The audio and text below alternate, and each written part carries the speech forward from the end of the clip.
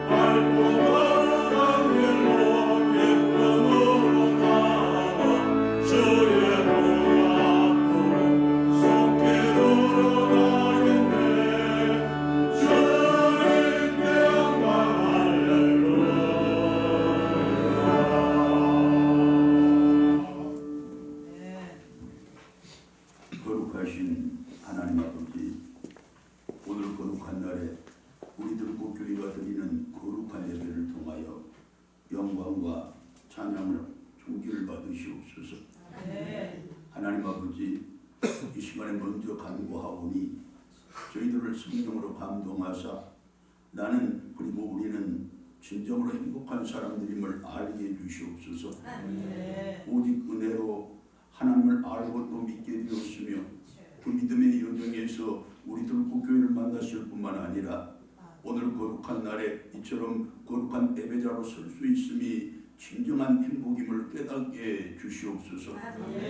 더하여 이제부터는 내가 나를 사는 것이 아니라 내 속에서 살아 역사하신 예수님을 살아 내 삶과 신앙생활의 전부가 곧 전도요 섬김이며 헌신이 되게 해 주시옵소서. 이 시간에 그 각오와 결단이 새로워지는 우리 모두가 되기를 원하옵고 우리 주님 예수 그리스도의 이름으로 기도드리옵나이다. 아멘.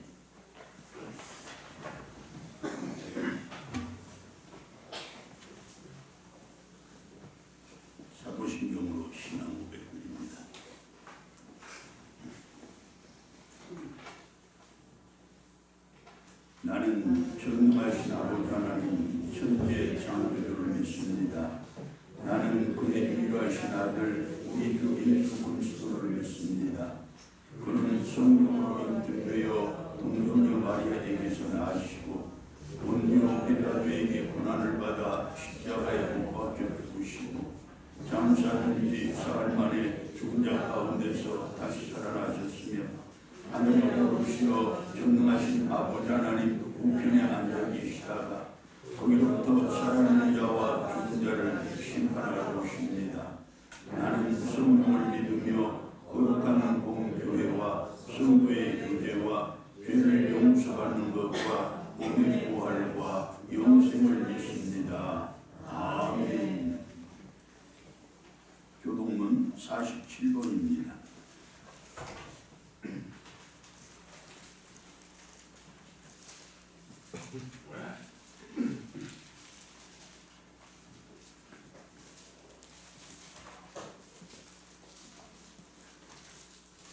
여호와께 감사하고 그의 이름을 불러 아뢰며 그가 하는 일을 만민 중에 알게 할지어다. 그에게 노래하며 그를 찬양하며 그의 모든 기이한 일을 말할지어다. 그의 거룩한 이름을 자랑하라. 여호와를 구하는 자들은 마음이 즐거울지로다. 여호와와 그의 능력을 구할지어다. 그의 얼굴을 항상 구할지어다. 그의 종 아브라함의 후손 곧 택하신 야곱의 자손도 이는 그가 행하신 기적과 그의 이적과 그의 입의 판단을 기억할지어다. 그는 여호와와 우리의 하나님이시라. 그의 판단이 용감하게 이거다. 그는 그의 언약 곧 천대에 걸쳐 명령하신 말씀을 영원히 기억하셨으니 이것은 아브라함과 그의 조상이고 이삭에게 하신 맹세이며 야곱에게 세우신 율례 곧 이스라엘에게 하신 영원한 언약이라. 이르시기를 내가 가나안 땅을 내게 주어 너희에게 땅을 수중하게 하리라 하셨도다. 아멘. 찬송가 442장입니다.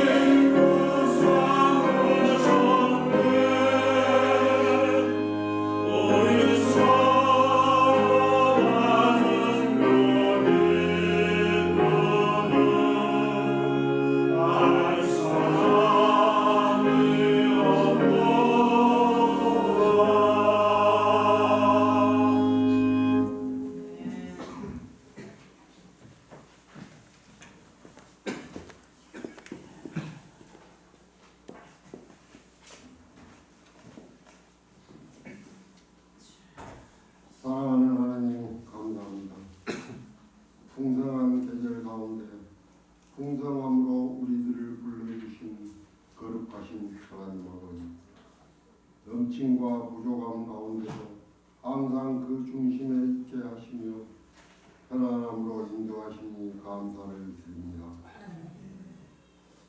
이 시간 지친 몸과 마음 모두 내려놓고 드리는 이 예배 가운데 우리의 중심이 주님께 향하게 하시며 주님 나라의 기쁨과 참뜻을 알게 하시옵소서. 지난 한 주 동안도 성실함과 겸손보다 세상 삶에 더 전전긍긍하였고 그럼에도 모든 것이 전부인 줄 알고 살았음을 저희들은 고백드립니다. 용서하여 주시옵소서. 우리의 믿음의 분량과 믿음의 모습 그대로 사용하시는 하나님 아버지, 세상 어려움에 부딪힐 땐 저희를 도우시고 보혜사 성령님 동행하심에 확신하며 담대히 나아가게 하시옵소서. 언제 어디서 누구에게든 조금은 부족하고 약하지만 주님을 믿는 자임을 떳떳하게 자랑할 수 있는 우리 모두 되게 하시옵소서. 그 믿음의 분량은 어느 누구도 가늠할 수 없고 주님만이 하심을 믿습니다. 나 자신이 최고요 내 믿음이 최고의 믿음이라는 교만에 빠지지 않게 하시옵고 깨달은 은혜와 회개 은혜로 채워주시옵소서. 주님 안에 만나고 모이는데 즐거움과 사랑으로 하나 되게 하시옵소서. 거룩하신 하나님 아버지, 모두의 장단점을 살피시되 기도하게 하시며 더욱 넓은 가슴으로 끌어갈게 하시옵소서. 나라가 어려움에 국민들 또한 여러 가지 어려움에 힘들어하는 지금 얽히고 얽힌 총체적 양국인 현실 앞에 서로 화합하여 지혜를 모아 이 나라와 국민들을 신뢰할 수 있는 유정자들이 될 수 있도록 주님 함께 해 주시옵소서. 이 시간도 육체적 고통과 여러 가지 어려움으로 힘들어하는 성도들을 기억하시고 그 가운데 주님을 더욱 든든히 붙잡는 믿음을 허락하시옵소서. 함위에 세우신 목사님과 그 가정 든든함으로 지켜주시며 주시는 능력의 말씀 가운데 치유와 회복의 은혜가 충만케 하시옵소서. 풍성함의 계절 가운데 조금은 쌀쌀한 기운이 감도는 요즘 서로의 건강을 위해 기도드릴 수 있는 기회를 간절히 바라오며 예수 그리스도 이름으로 기도드립니다. 아멘.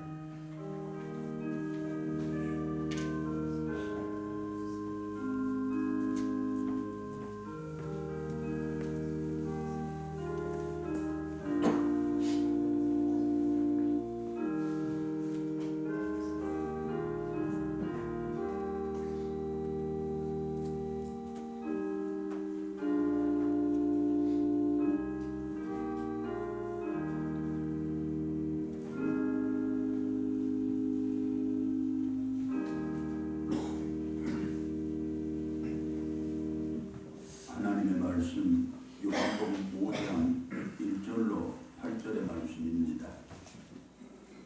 요한복음 5장 1절로 8절의 말씀을 1절로 9절의 말씀을 제가 봉독합니다.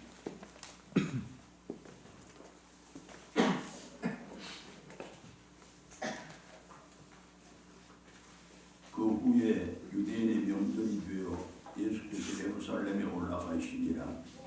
예루살렘에 있는 양문 곁에 히브리 말로 베데스다라 하는 곳이 있는데 거기 행각 5이 있고 그 안에 많은 병자, 맹인, 다리 주는 사람, 혈기 마른 사람들이 누워 물의 움직임을 기다리니 이는 천사가 가끔 못에 내려와 물을 움직이게 하는데 움직인 후에 먼저 들어가는 자는 어떤 병에 걸렸든지 낫게 되리라.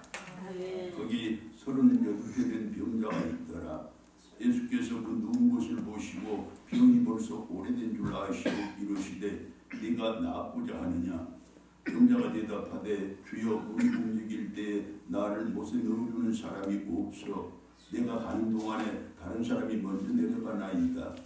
예수께서 이르시되 일어나 네 자리를 들고 걸어가라 하시니 그 사람이 곧 나아서 자리를 들고 걸어가니라. 아멘.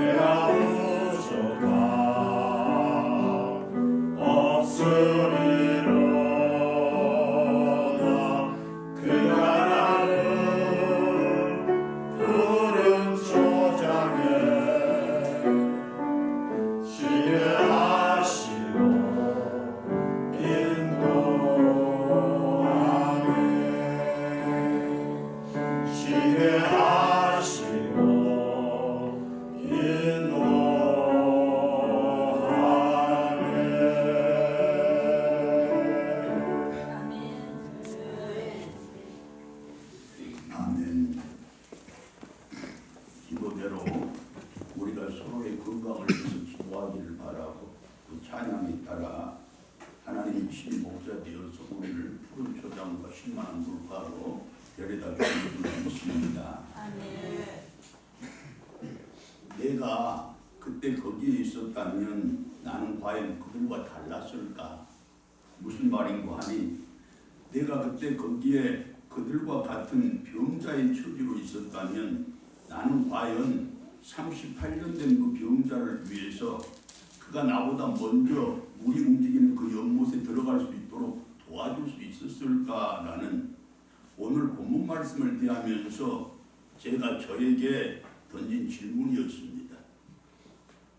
그런데 이 질문에 대한 솔직한 저의 대답은 망설임이었습니다. 그리고 그 망설임이 가져다 준 심각한 자괴심이었습니다. 망설임의 이유가 아니 그 핑계가 이렇습니다.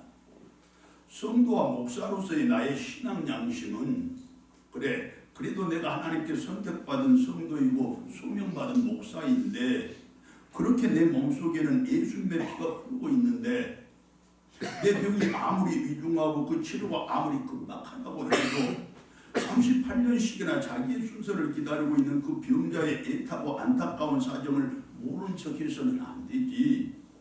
그에게 내 순서를 양보하는 것은 당연한 일이지.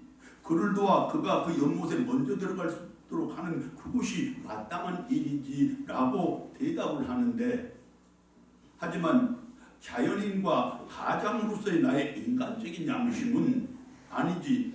내가 살아야 우리 가정도 사는 것이고 내가 건강해야 우리 가족이 행복해질 수 있잖아. 그렇게 나에게는 내 가정과 가족들을 지켜야 할 책임이 있는데 그 사람이 내 형제도 아니고 그렇다고 우리 교인도 아닌데 내가 덜컥 잘못되기라도 해봐. 그럼 우리 가족은 특히 내 큰딸은 누가 돌볼 것인데 라고 대답을 하는 것입니다. 그리고 그 대답의 크기와 무게의 경중을 내가 당장 가릴 수가 없는 것입니다. 며칠 후 설교 본문을 작성하려고 오늘 말씀을 다시 묵상하는데 마음속으로 와락 부끄러움이 밀려드는 것입니다. 내 자신이 크게 창피스러워지는 것입니다. 내가 나에게 했던 그 질문에 바로 그 순간에 아무런 망설임도 없고 전혀 주저함도 없이 성도와 목사의 신앙 양심에 부끄럽지 않은 대답을 하지 못했다는 그 창피함이었습니다. 결국 연약하고 부족한 내 믿음에 대한 부끄러움이었고 창피함은 아니었겠습니까? 하여 저는 그 부끄러움과 창피함, 그 자괴감을 그대로 안고 이 예배당 안으로 들어왔습니다.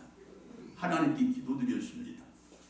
하나님, 제가 우리 성도들에게 기회 있을 때마다 외치는 말씀이 우리의 눈길이 닿지 않고 우리의 손길이 미치지 못하는 곳에서 살아가는 우리의 자녀들, 성령의 눈길이 저들을 살피시고 성령의 손길이 그들을 돌보시사 우리가 직접 그들을 살피고 돌보는 것보다도 훨씬 더 완벽하게 살피시고 돌봐 주실 것이니 이제 자기의 자녀들을 하나님께 완전히 의탁하는 성도들이 되자는 바로 그 말씀이었는데 성도들에게 말씀은 그렇게 선포하면서 그 말씀을 막상 내 자신에게는 적용하지 못하는 믿음 잡고 연약한 이 죄인 용서해 주시옵소서.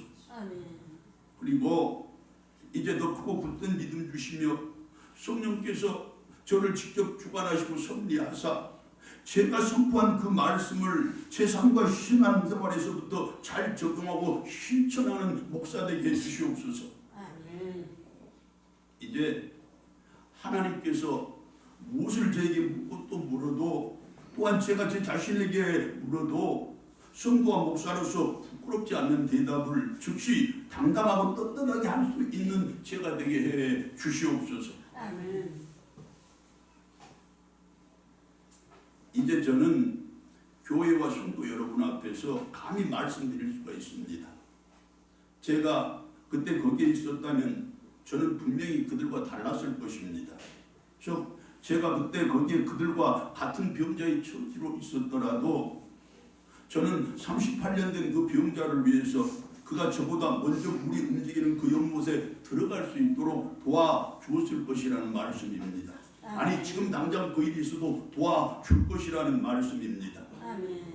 저의 믿음은 아직도 그리고 여전히 자꾸 연약할지라도 전능의 능력을 가진 성령께서 저를 도와줄 것이기 때문입니다. 자, 여기까지 오늘의 말씀을 선포하기에 앞서 제 자신과 및 교회와 성도 여러분께 또한 하나님께 드리는 다짐이자 결단이고 약속이자 서약입니다. 할렐루야. 아멘.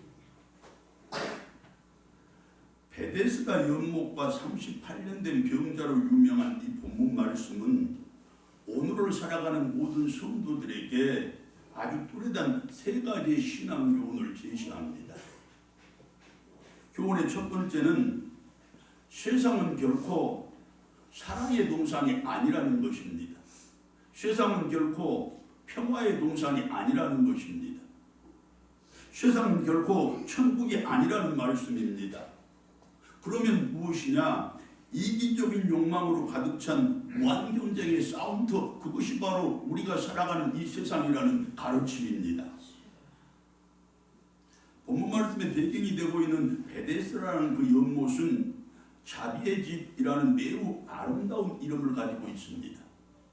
그런데 그 연못을 둘러싸고 있는 상황을 보면, 그리고 그때 거기서 펼쳐지고 있는 인간 군상들의 행태를 보면 그것이 자비와는 전혀 상관없는 것임을 우리가 금방 알 수 있습니다.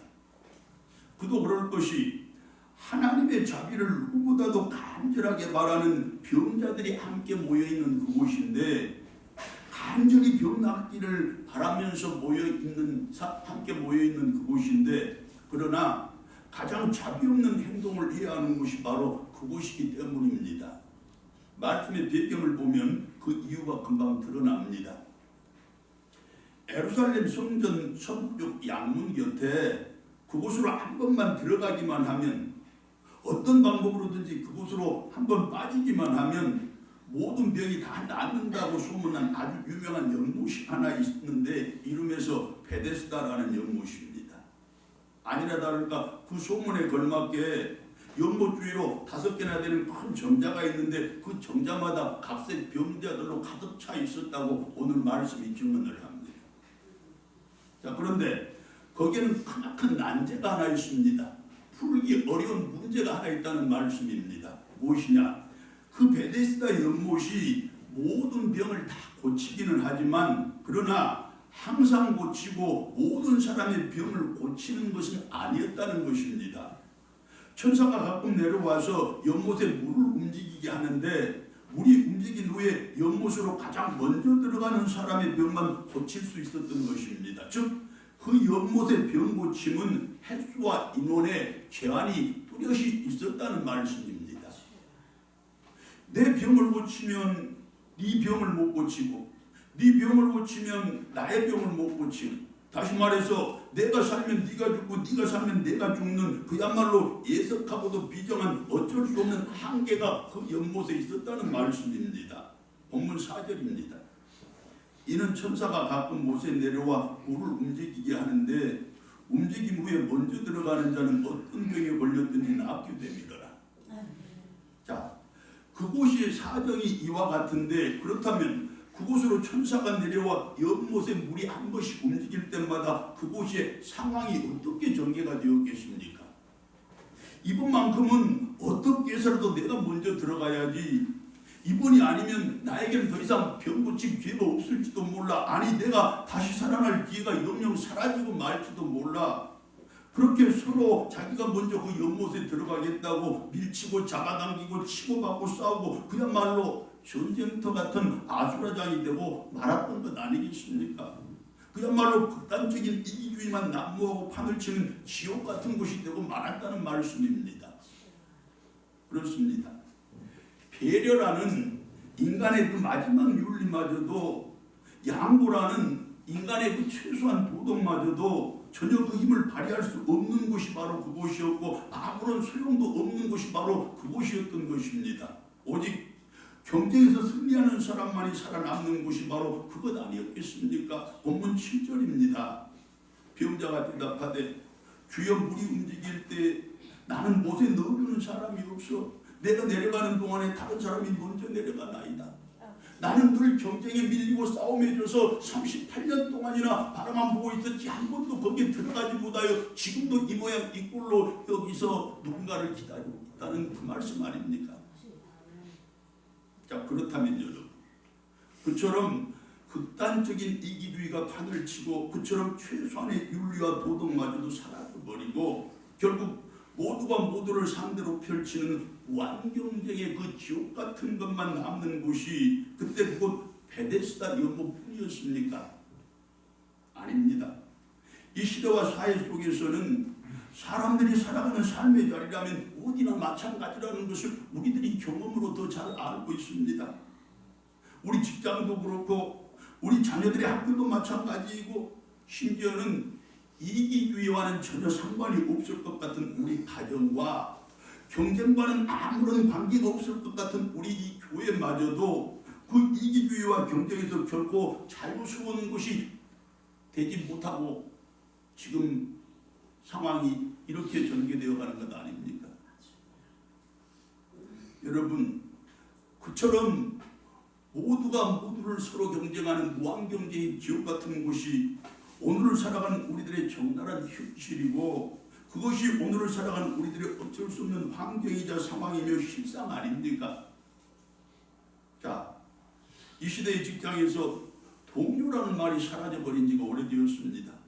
내가 앞서면 네가 뒤처지고 네가 올라가면 나는 미끄러지는 오직 경쟁만 있을 뿐 아닙니까? 학교가 틀립니까? 친구도 없습니다. 거기에도 경쟁자만 있을 뿐입니다. 공부는 인격이 아니고 오로지 경쟁의 수단이고 기술일 뿐입니다. 그러니 그곳에 폭력이 난무하고 그래서 그곳에 왕따가 판을 치는 것 아니겠습니까? 자, 그럼 우리 가정은 다르고 이 교회는 특별합니까? 아닙니다. 전혀 다르지도 않고 전혀 특별하지도 않습니다. 사랑의 논리가 지배해서 한 사람 내 가족 그 존재 자체가 감사이고 무한한 희생을 기쁨으로 여겼던 우리의 가정들이 어느 사이에 변해서 이제는 보상의 논리가 주장을 합니다. 그렇게 주고받는 것이 없으면 가족마저도 서로의 기쁨이 되지 못한다는 뜻입니다. 일방적인 희생은 이제 옛날 이야기 되어버리지 않았습니까? 더 이상 섬김으로 충분했던 우리 교회도 아닙니다. 더 이상 헌신으로 만족했던 교회의 모습도 찾아보기가 어렵습니다. 내 주장과 내 의지가 관철되지 않으면 섬김도 헌신도 언제든지 그만 아닙니까? 그것이 이 시대와 우리 사회에 속한 가정과 교회들의 일반적인 풍경이라는 말씀입니다. 자, 사정이 이렇고 상황이 이런데 그럼 우리는 이 사정, 이 상황을 어떻게 타개해내야 하는 것입니까? 어떻게 다시 사랑의 논리가 지배를 한 우리 가정을 회복하고 어떻게 다시 섬김의 논리가 주장을 하는 우리 교회를 회복할 수 있느냐 그 말씀입니다. 방법은 간단합니다. 그러나 확실하고 분명합니다. 무엇이냐? 우리의 삶의 자리로 우리의 문제가 있는 그곳으로 예수님을 모시면 됩니다. 할렐루야. 이제 내 일터를, 내 가정을, 그리고 우리 교회를 더하여 또 다른 우리의 모든 삶의 자리들을 복음 증거의 현장으로 한번 삼아보시기 바랍니다. 그렇게 우리의 모든 삶의 자리로 예수님을 모셔드리자 그 말씀입니다. 이기적인 욕망으로 가득 찬 무한경쟁의 그 자리들이 어느덧 섬김의 기쁨과 헌신의 감사가 가득한 사랑의 동산으로 변해 있을 것입니다. 그렇게 우리의 모든 문제가 더 이상 문제가 되지 않는 그 복을 우리가 삶에서 경험하게 될 것입니다. 할렐루야.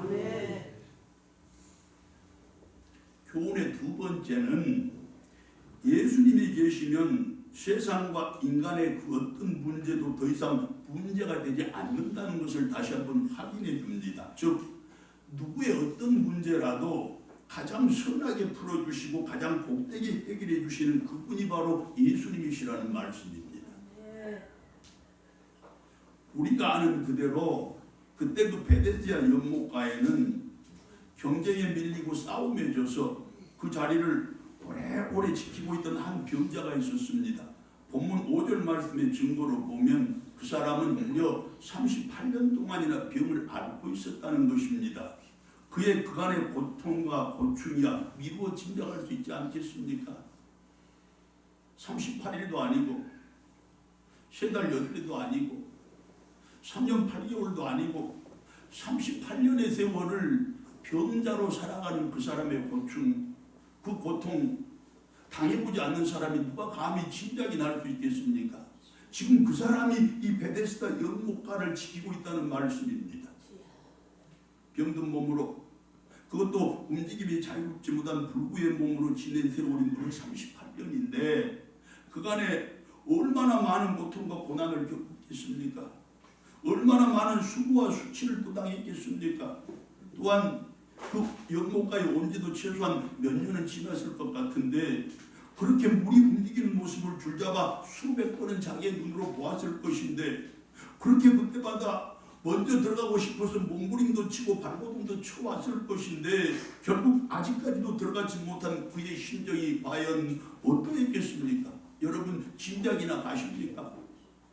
아마 살아있는 것이 오히려 원망스러울 때가 더 많았을 것입니다. 생명을 포기해버리고 싶었을 때도 수없이 많았을 것입니다. 모든 것이 목숨이라 차마 죽을 수가 없어서 지금까지 살아왔을 것이고 그날도 원망과 절망 가운데서 깊은 탄식을 하고 있었음에 틀림이 없었을 것입니다. 자, 하지만 생명이 있는 한 희망이 있다는 것 아니겠습니까? 그것이 성경의 가르침 아닙니까?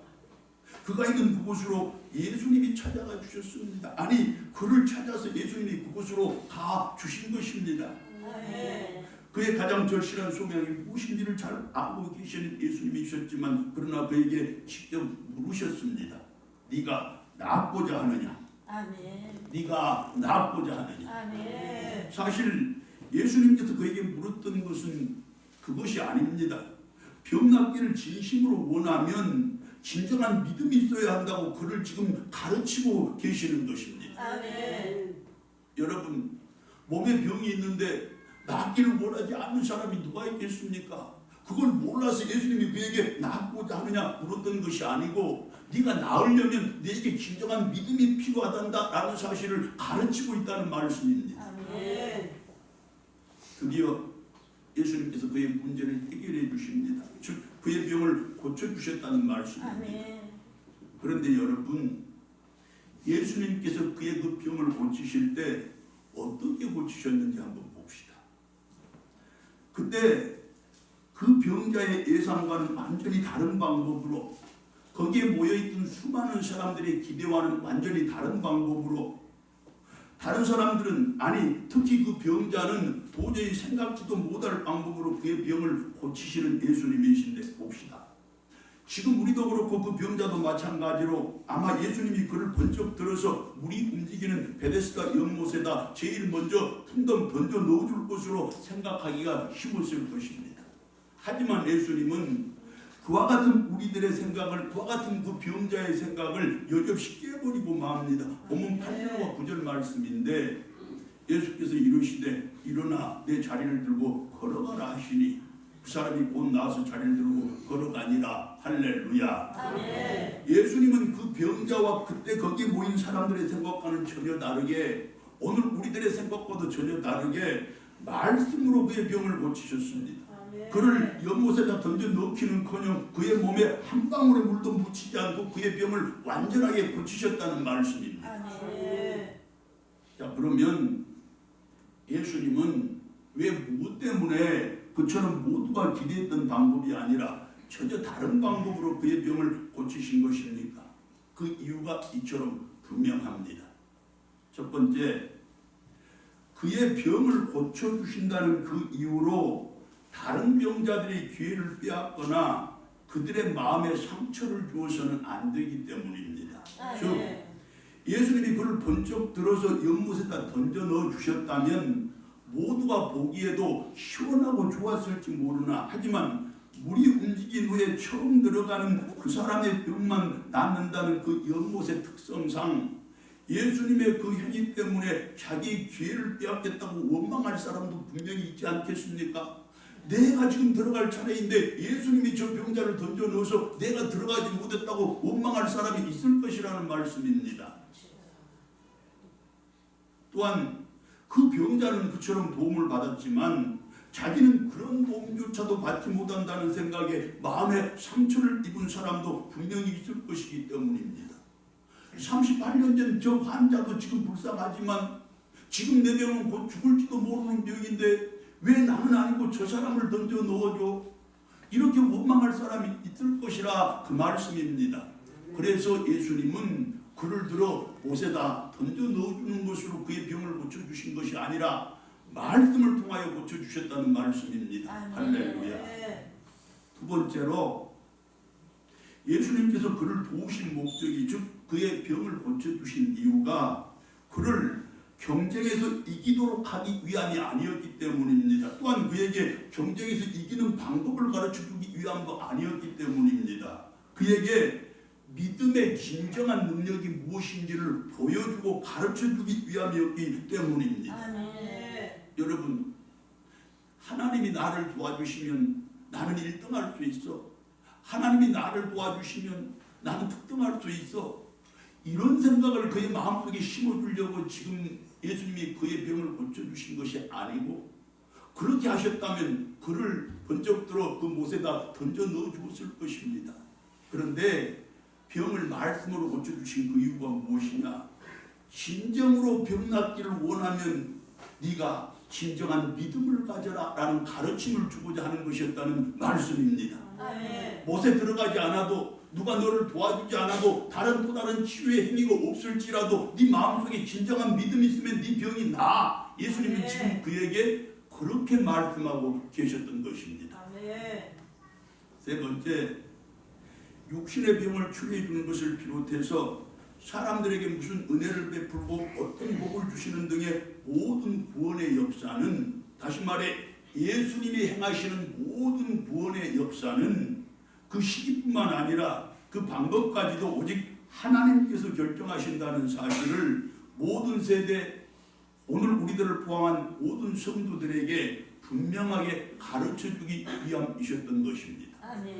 그때 거기에 모인 사람들은 저 못에 들어가야 병이 낫는다는 그 사실만 알고 있었습니다. 그런데 지금 주님이 그게 아니다. 너희들이 병을 낫게 하는 그 일도 마찬가지고 너희들을 구원하는 그 전체의 일은 전부 하나님께서 그 때도 정하지만은 그 방법도 정하시는 것이란다. 못에 들어가지 않아도 나의 말만 듣고 너희들에게 믿음만 있으면 다 낫게 하시는 하나님 아니시더냐. 보십시오 여러분. 예수님께서는 38년 된 그 병이 전혀 문제가 되지 않았습니다. 그리고 그 병을 고치는 방법이 그를 연못에다 던져넣는 그것만 있는 것도 아니었습니다. 즉 예수님은 세상과 인간의 모든 문제를 전부 해결할 수 있는 모든 방법을 다 갖고 계시는 분으로서 따라서 그분에게는 어떤 문제도 전혀 문제가 되지 않았던 것입니다. 결국 문제 많은 이 세상에서 문제 많은 인생으로 살아가는 우리 사람들로서 반드시 예수님을 만나야 한다는 그 말씀입니다. 여러분, 그래서 내가 만나는 예수님을, 아니 내가 만난 그 예수님을 내 형제와 이웃들에게도 전해 저들도 만나게 해야 되는 것입니다. 여러분, 예수님은 우리의 모든 문제를 전부 풀어주시고 해결해 주시되 우리의 삶의 현장으로 직접 찾아와 해결해 주시고 더하여 나도 좋고 너도 좋고 모두가 좋은 가장 선하고 복된 방법으로 해결해 주시는 분이십니다. 우리가 예수님을 만나야 할 또 다른 이유 아니겠습니까? 다만 한 가지, 예수님은 그처럼 우리들의 문제를 풀어주시고 해결해 주실 때 우리들이 세상과의 경쟁에서 이기도록 하는 방법으로 해결해 주시는 분이 아니라는 것입니다. 우리들로 하여금 하나님을 더욱 잘 믿게 하는 방법으로, 모든 사람들을 더욱 깊이 사랑하게 하는 방법으로, 모든 일을 더욱 성실하게 임하게 하는 방법으로, 그렇게 세상과 인간의 방법이 아닌 오직 하나님의 방법, 즉 천국의 방법으로 해결해 주신 분이라는 사실을 이 시간에 마음 깊이 새기시기를 바랍니다. 여러분, 지금 여기 우리 가운데 육신의 질병이 문제가 되는 성도들이 있습니다. 육신의 병보다 훨씬 더 아프고 보이는 상처보다 훨씬 더 깊은 마음의 병과 그 상처인들 왜 없겠습니까? 몸부림도 치고 발버둥도 쳤으나 여전히 풀리지 않고 해결되지 못한 삶의 문제들도 많이 안고 살아가는 우리들입니다.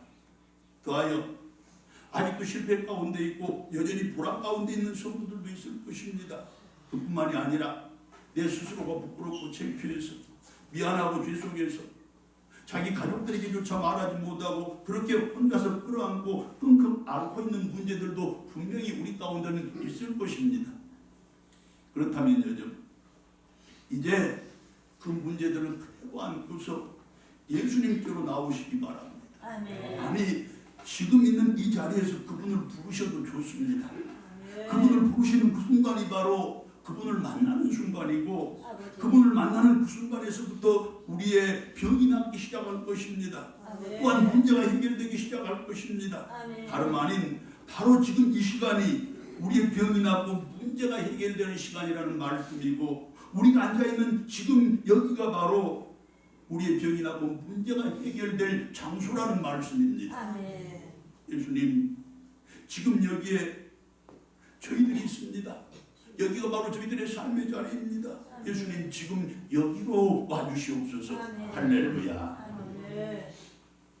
교훈에 또 한 가지가 있는데 예수님께서는 이후로 우리들의 인생과 삶의 여정과 반전에서 닥치게 될지도 모르는 모든 문제들을 직접 해결해 주시려는 대비책을 다 마련하고 계신다는 것입니다. 우리가 예수님을 만나야 할 또 다른 이유 아니겠습니까? 다시 본문 8절과 9절의 말씀을 보겠습니다. 예수께서 이르시되 일어나 내 자리를 들고 걸어가라 하시니 그 사람이 곧 나와서 자리를 들고 걸어가니라. 이날은 안식일이니라. 아멘. 자, 여기서 걸어가다라는 이 말씀에 오늘 교훈의 핵심이 있습니다. 걸어가다라는 이 말은 페리파테리라는 조금 복잡한 언어로 기록된 말인데 즉시 일어나 걸어가되 몇 걸음 걷다가 또는 잠시 가다가 멈추어 서는 것이 아니라 계속해서 걷고 또 걷는다는 것입니다. 그렇게 천국에 이를 때까지 계속해서 걸을 힘을 주신다는 것입니다. 아멘. 즉 예수님의 치료는 즉각적으로 그 효력이 나타낼 뿐만 아니라 또한 완전하며 지속적이라는 것입니다.